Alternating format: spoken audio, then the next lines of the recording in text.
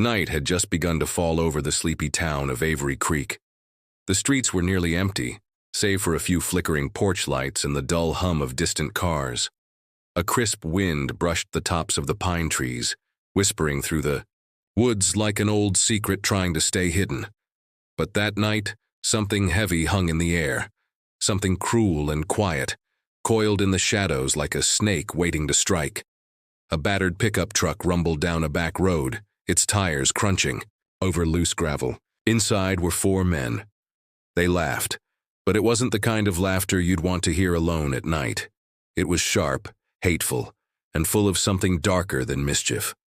They wore worn-out clothes, but beneath the camouflage and denim was a shared belief, one forged in ignorance and passed down like a family heirloom.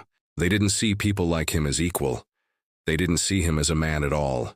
Their target was a black man who had just moved into the outskirts of town. Nobody knew much about him. He kept to himself, spoke politely when spoken to, and drove an old silver SUV with out-of-state plates.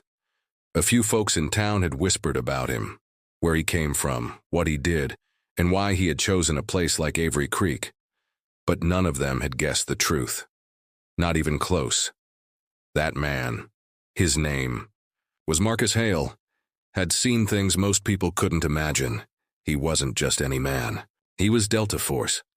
Trained in the harshest conditions, sent on missions so secret they weren't even recorded, Marcus had spent over 2 decades protecting his country in silence. But he didn't talk about that. Not here. Not where people only saw the color of his skin. When he moved into that little cabin near the woods, he wanted peace, just a quiet life. He fixed up the house with his own hands, helped neighbors when they needed it, and stayed out of the town's politics. But not everyone saw his kindness. Some saw a threat. Some couldn't stand the sight of a strong black man living free, owning land that once belonged to families who'd held different beliefs. Ugly beliefs. It started small. A slashed tire, rude whispers at the local diner, a broken window. But Marcus didn't react, not because he was scared. He just didn't want to fight. He'd fought enough battles already. But people like that don't always back off. Sometimes, the more silent you are, the louder their hate becomes. The men in that truck weren't just bullies, they were part of something old and rotten that still festered beneath the surface. They called themselves the Remnants, a group that believed in preserving the way things used to be. Most folks in town either ignored them or pretended they didn't exist. But that night, they weren't hiding. They were coming for Marcus. They parked a mile from his cabin and walked the rest of the way, their boots sinking into the wet forest floor. One of them carried a gas can, another had a bat. They didn't bring guns, not because they were merciful, but because they thought they didn't need them. In their minds, he was just one man, alone, outnumbered. They couldn't have known what they were walking into. Meanwhile, inside that cabin, Marcus was sitting at a small table sipping tea. A fire crackled in the fireplace. His eyes were tired, but his mind was sharp. He didn't miss details, not in his line of work. So when he heard the crunch of footsteps outside, slow, calculated, trying to be quiet, his body tensed, but his face didn't change. He simply placed his cup down, stood, and moved toward the wall where he kept an old wooden box. Inside was not a weapon, but something more dangerous, his past. He opened the box and stared at the folded fabric inside, a faded patch, a small black and white photo of men who were no longer alive, and a letter from someone he hadn't heard from in years. He let his fingers brush the edges of the objects like they were the last memories of a life he'd buried. Then he closed the box, turned around, and blew out the lantern. Outside, the men circled the house. One crept toward the porch, whispering instructions. They still thought they were in control. Still thought this would be easy. That arrogance would cost them. But before they could make their move, one of them stumbled on something, a wire, barely visible in the dark. Too late, he realized the mistake. The sudden click of a trip sensor echoed faintly, then silence. He froze. Inside, Marcus reached behind a loose panel near the floor. His hands were fast, precise. No hesitation. He had once dismantled bombs in pitch-black rooms with a ticking clock breathing down his neck. This was nothing. He'd known they were coming. He'd known the moment they'd followed him at the grocery store 3 days ago. He had seen the same look in their eyes that he'd seen overseas, in villages where hate turned neighbors into monsters. As the men outside tried to regroup, panic slowly crept in. The leader, Brady, gritted his teeth. He had grown up in this town, taught to believe men like Marcus didn't belong here. That night he was going to prove it. At least, that's what he thought. Suddenly the porch light flicked on. It wasn't Marcus stepping out. It was a voice, calm, steady, full of weight. "I suggest you leave," the voice said, "while you still can." The silence that followed was louder than a gunshot. The men looked at each other, unsure. Then, Brady shouted back, trying to mask the fear in his throat. "Or what, you gonna call the sheriff?" Marcus didn't answer. Instead, something moved in the trees, a dark shape, then another, then 3, shadows that didn't belong to the trees. They weren't people from town. They weren't even from this country. These were Marcus's people, former operators, brothers in arms. They didn't need names or uniforms. They just needed a cause. And this time, it was personal. As the remnants realized they weren't alone, their laughter vanished. Their bravado melted into disbelief. How could this man, this quiet, soft-spoken man, be someone they should have feared all along? Brady's hand trembled. Who are you?" A long pause followed. Then the voice came again. "You really don't want to know." Just then, a dog barked in the distance. A car drove by far off on the highway. The world kept turning. But in those woods, time had stopped, and miles away, in a city they would never visit, a young black teen named Elijah stood up on a crowded bus and gave his seat to a tired, pregnant white woman. She looked at him with surprise, then deep gratitude. She handed him a folded note before getting off at the next stop. He tucked it in his pocket, not knowing that what was written on that paper would change his life forever. 2 stories. 2 worlds. And yet fate had already started to weave them together.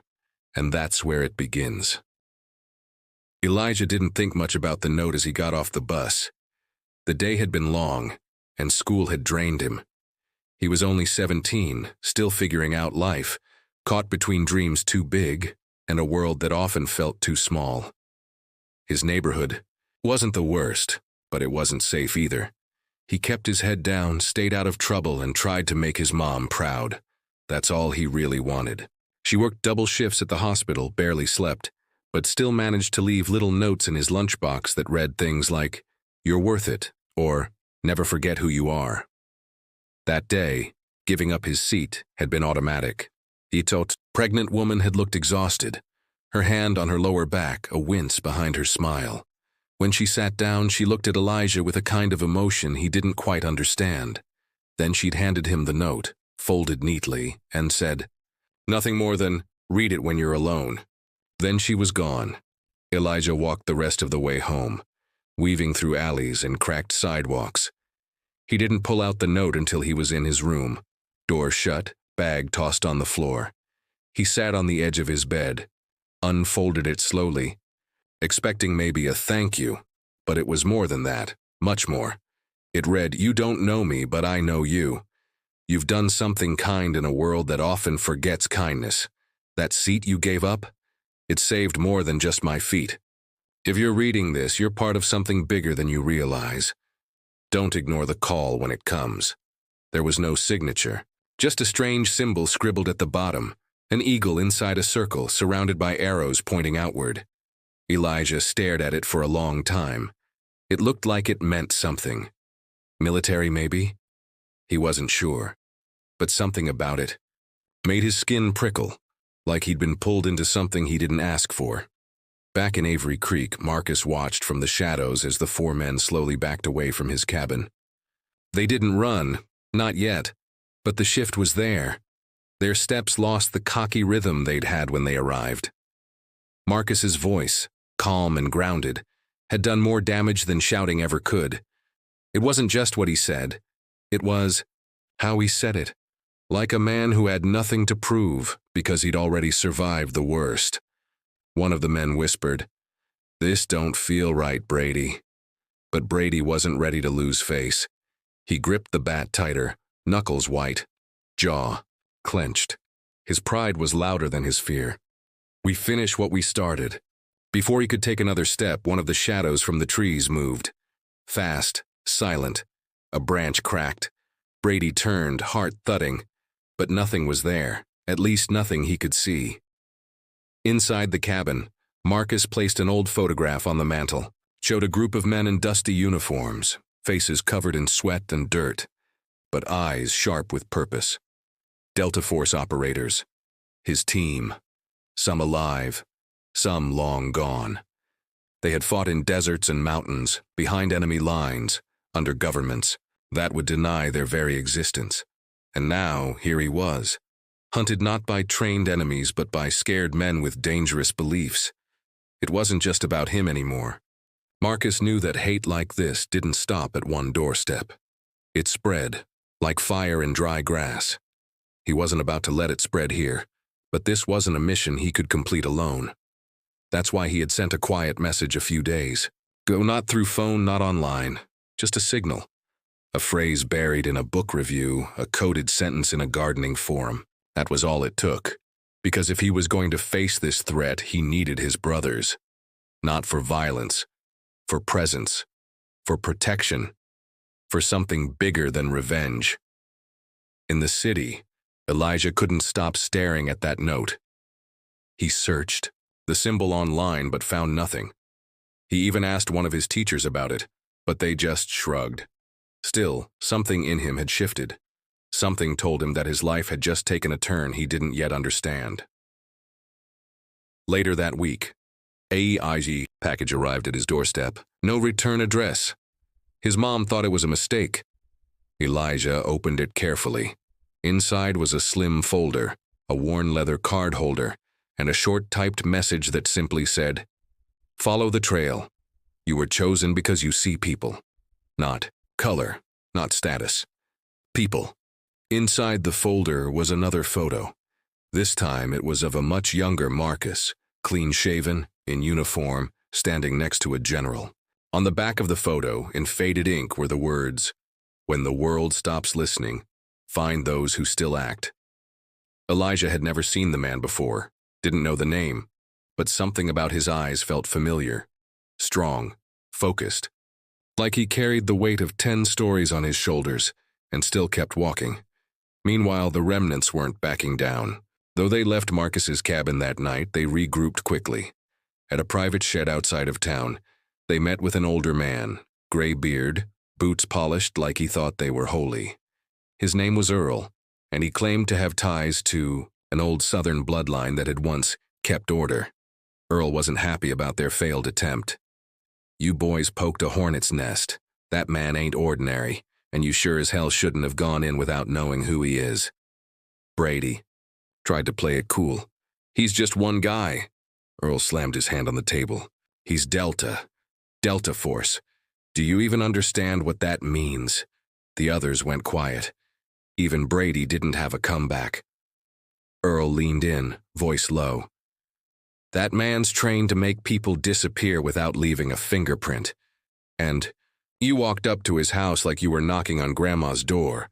If he wanted to, you'd be buried in the woods right now, and no one would ever find you." Brady's voice cracked. "So, what do we do?" Earl looked out the window.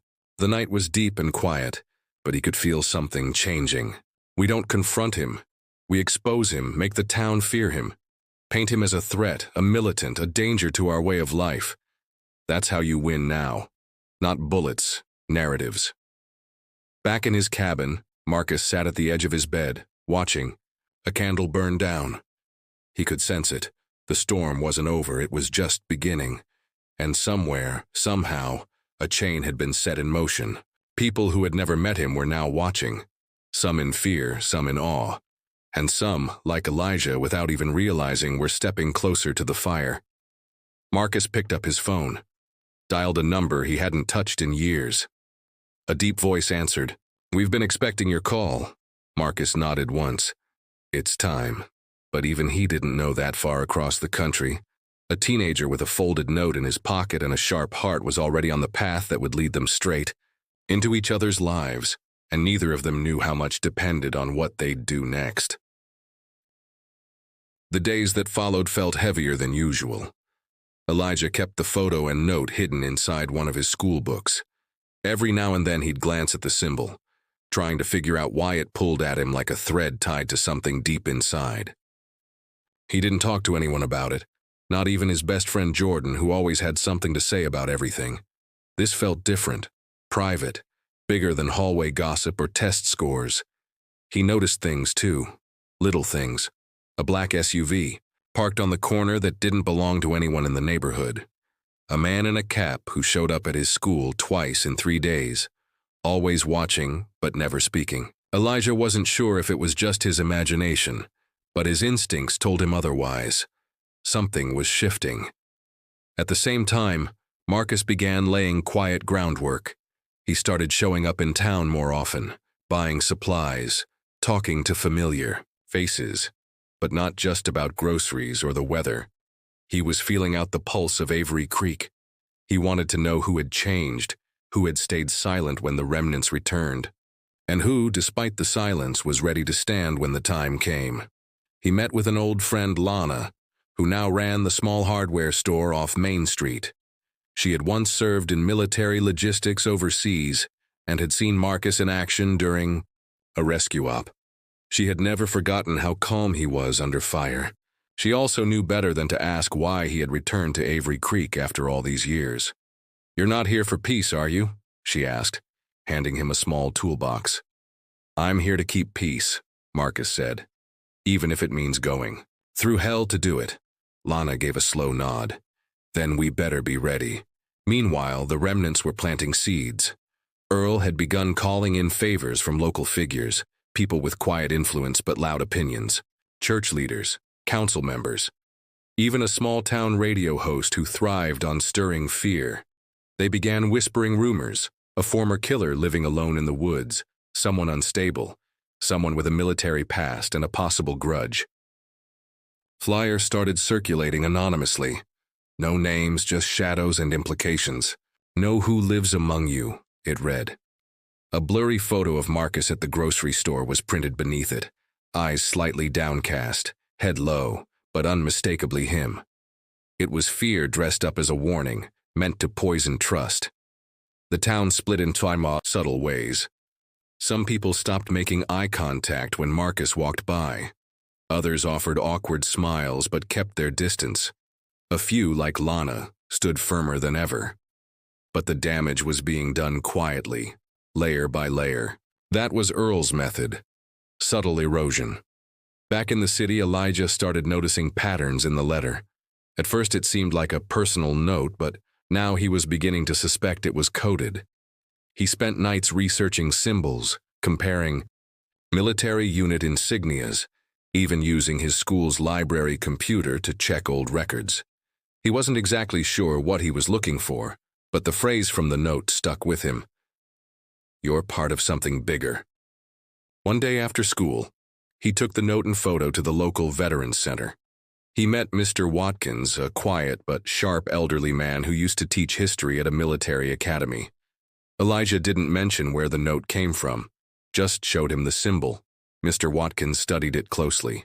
"You sure you want to dig into this?" "I need to know," Elijah said. "This isn't a regular unit insignia," Mr. Watkins said. "This was a field symbol used in covert tasking. Only the top guys, Black Ops, classified movements, Delta. Force sometimes used unofficial markings like this when operating off record. That symbol, it's a call. But not just to soldiers, to successors, protectors, people they believe will carry a legacy."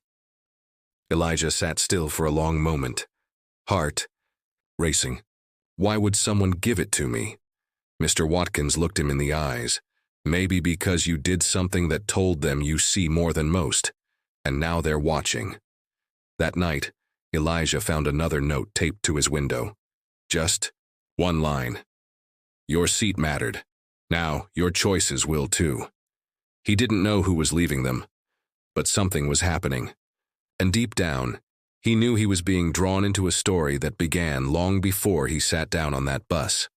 Back in Avery Creek, Marcus walked through the woods, stopping by a tree where he had once buried something. It had been years. With careful hands, he dug through the earth, revealing a rusted metal box. Inside, sealed in oilcloth, was a collection of old communication gear, photos, and a black notebook.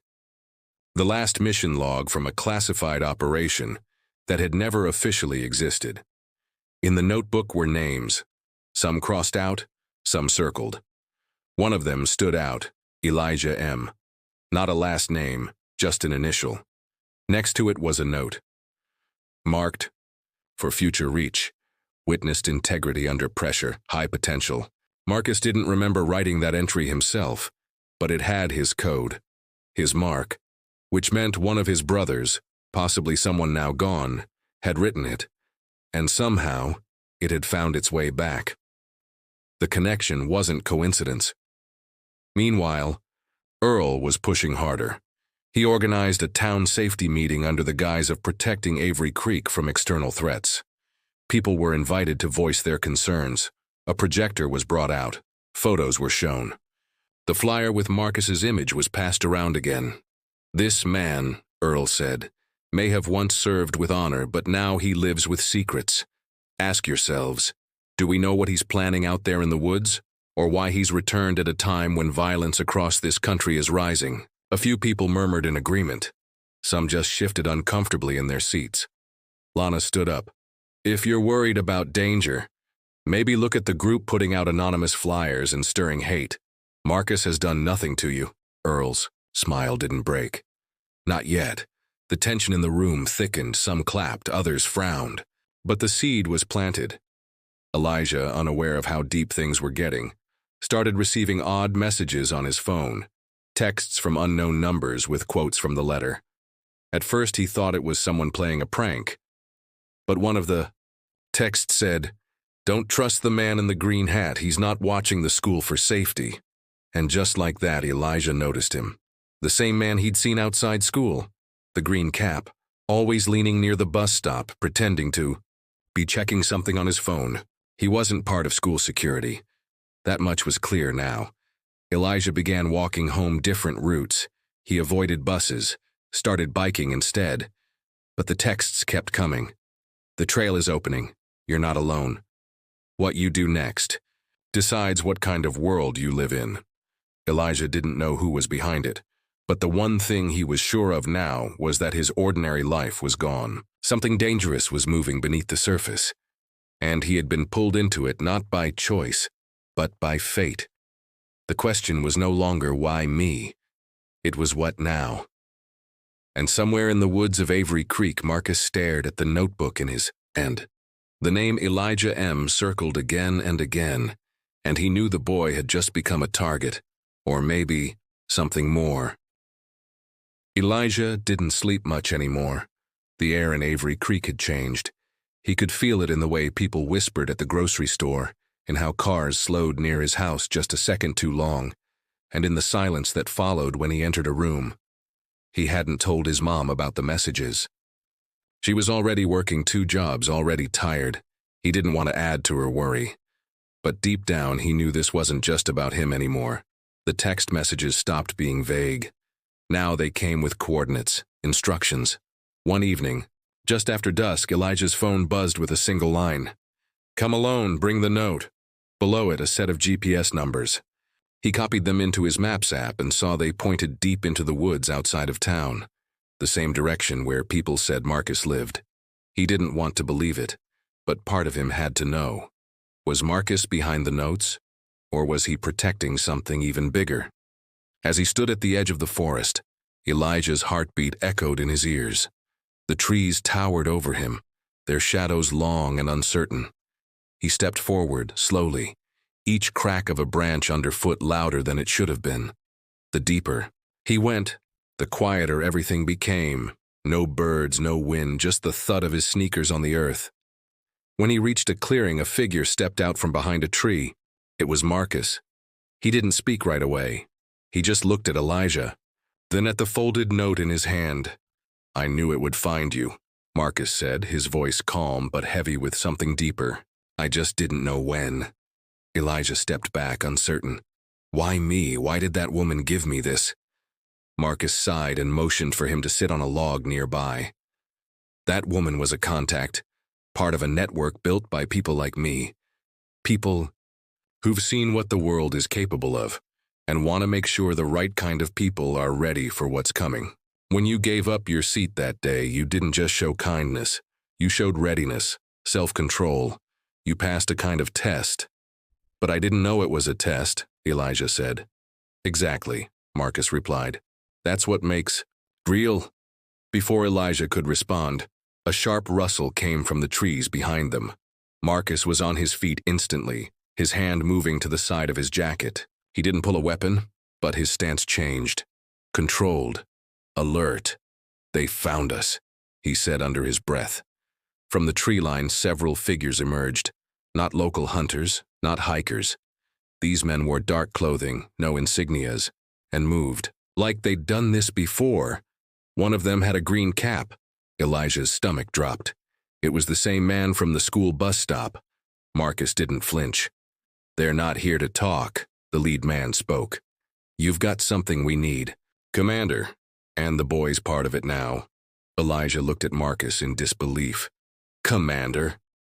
Marcus gave him the briefest glance. Delta Force, retired but apparently not forgotten. The man in the green cap stepped forward. You shouldn't have come back to this town. You should have stayed lost.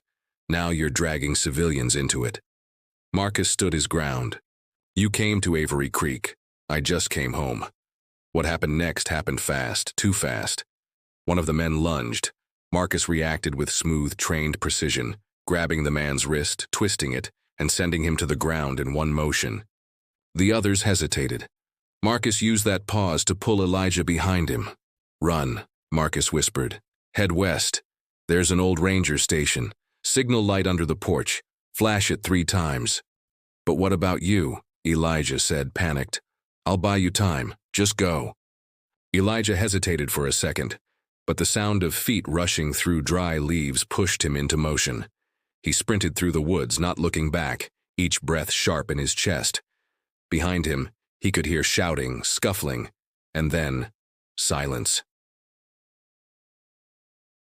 Shotgu didn't know how far he ran, but the old station finally came into view. Half-collapsed, moss-covered, and forgotten. He scrambled to the porch, found the small light mounted beneath it, and flipped the switch 3 times. Nothing happened. He waited, hoping, praying. Back in the woods, Marcus was outnumbered, but he moved like water, smooth, fast, silent. These men were good, but they weren't trained like he had been. Still, they had numbers. One clipped him with a strike to the ribs. Another grazed his arm with a knife, but he held his ground. You're fighting for a dying cause, the leader shouted, circling him. This country doesn't care about people like you anymore. Marcus didn't respond. He just looked at the man dead in the eye. That's why I fight, he said. From the ranger station, Elijah saw headlights approaching through the woods. A vehicle, blacked out, military grade. He ducked behind a tree. The doors opened and more men stepped out. But these ones were different, tactical, silent. Their gear bore no emblems, but the way they moved made it clear. They weren't here to hurt him. One of them, a woman with sharp eyes and a radio on her shoulder, stepped forward. You the one who signaled? Elijah nodded, breathless. Good, she said. We've been watching you, and you're not alone anymore. Elijah barely had time to process her words before she signaled the others. They melted into the woods like ghosts. Gunfire didn't erupt. There were no explosions. But the sounds of struggle returned. And this time, Elijah could tell Marcus wasn't fighting alone. Minutes passed. Then from the trees, Marcus appeared, blood on his shirt, limping slightly, but alive. Behind him, 2 of the attackers were being led in cuffs. One of the rescuers gave Elijah a small nod before disappearing again into the darkness. Marcus looked at Elijah, a grim smile tugging at the corner of his mouth. You did good, he said, but Elijah knew this wasn't over. Because if people like Marcus had to fight in the shadows, It meant there were still more out there, watching, planning, waiting, and the real battle hadn't even begun.